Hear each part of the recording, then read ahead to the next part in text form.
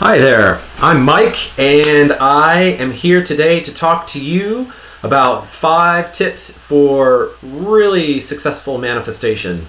I am a pretty powerful manifester. Anything that I set my mind to eventually does come to pass. And I've got some really great tricks or tips, tools.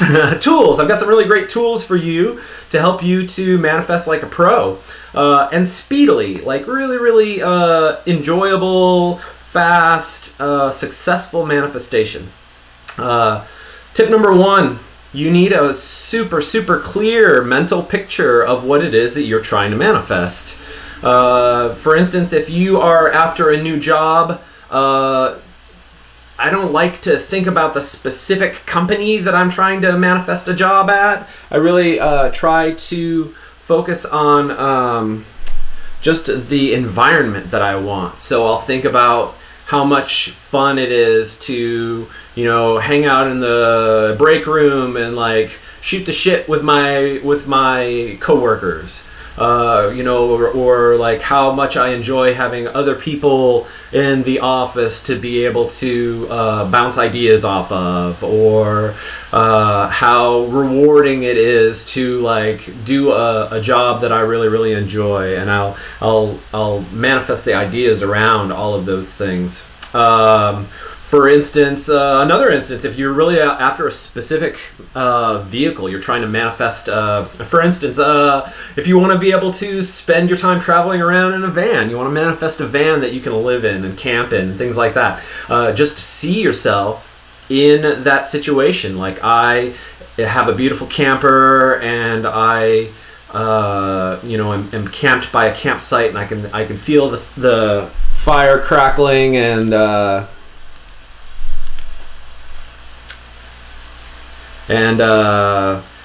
you can see the fire crackling, and you can feel the wind from being outside.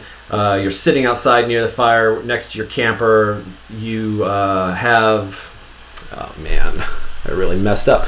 I was trying to do my Instagram and my Facebook streams at the same time, and things got real wonky. So, 5 tips to manifest. Here's number 1. You want to feel it, or you want a clear picture of what it is that you're after. So, you want to think about the new apartment that you live in, and you're looking at the view from over your balcony of the sunset, right? So, if I'm going to manifest a new apartment, I'm going to see this picture of me, relaxing and looking over the balcony at the sunset from this beautiful view, and maybe I see like my picture on the wall and other things like that. So you just put yourself in the picture of what you want and really try to experience it with all 5 senses. Like, I can feel the wind, I can see the sunset, I can I have a texture of like the banister that I'm holding. Really get that visualization, super important. Get that visualization into your head. Step number 2, for those of you who are still watching after my snafu, you want to really feel it in the present tense, right? So I'm not going to go into trying to manifest something by saying I want. I want I want this, I want that. Because if you go into it with this idea of I want, what you're manifesting is the lack. You're manifesting not having that thing. So you really have to put it in the perspective of what it feels like to have that thing that you're after. That thing, that relationship, that living situation, whatever it is, you have to feel what it feels like to be there. I feel what it's like to be successful in my business endeavors before I launch, new products or new projects or new ideas. Like, I sit in it and I just go, oh my gosh, it's going to be, I feel what it's like, and you have to put it into a present tense. So when you think about it, even just be like, I'm so excited to be so successful that I just have clients coming in all of the time, and it's really awesome how how many people refer their friends to me, and I have a waiting list, and just feeling what that feels like is key. I'm not feeling that, oh my gosh, I just need more clients, or oh my gosh, I just need more money, or oh my gosh, I just need a better job. I'm feeling like, oh, this is exactly what I want. I'm so grateful. And that gratitude feeling is really where it's at for manifestation. If you can get into that, where like, oh man, I'm so grateful for anything that is you want, that you don't currently have, but you're manifesting. The energy is already there. You're just bringing all of that energy into a coalesced state, right? So just feel what it feels like to have that hamburger, whatever the hell it is you're going to manifest. All right.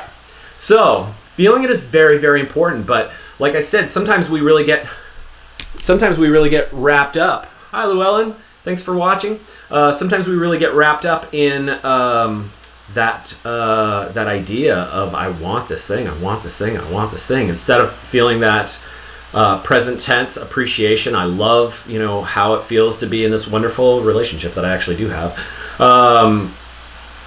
But if you don't have that thing, when you feel it and do your manifestation, you have to release as well.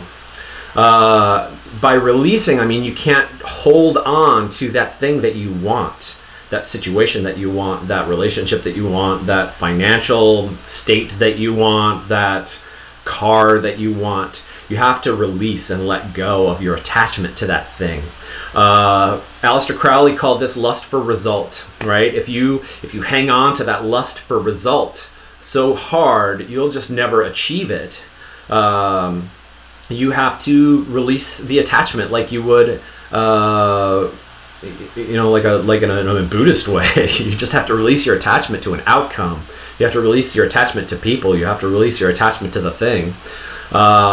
If you're going to visualize your manifestation, I really like to visualize for most of my manifestations. And what you can do when you're trying to release something, right? You've got that idea, that perfect picture of your balcony again, let's say, in your apartment. You've got that idea in your head.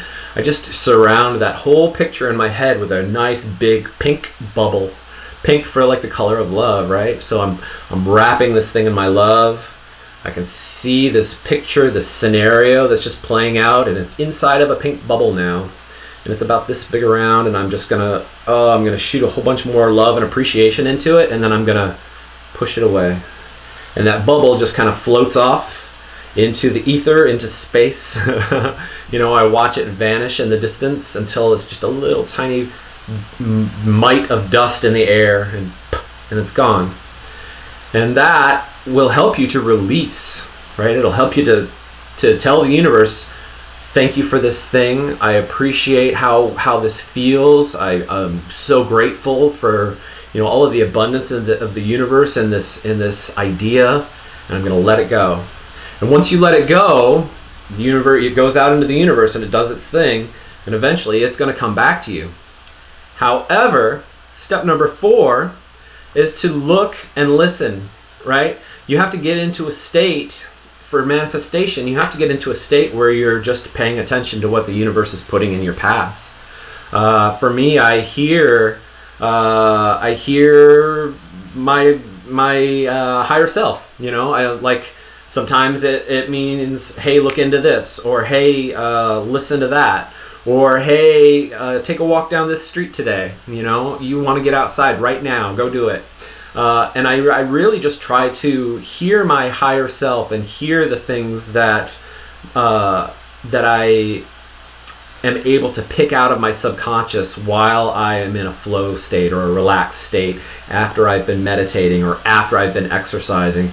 Those are the times that higher self voice is the loudest. And so I listen to that, and I look for clues and evidence of the thing that I've manifested, or I listen to my higher self to tell me what the next steps are.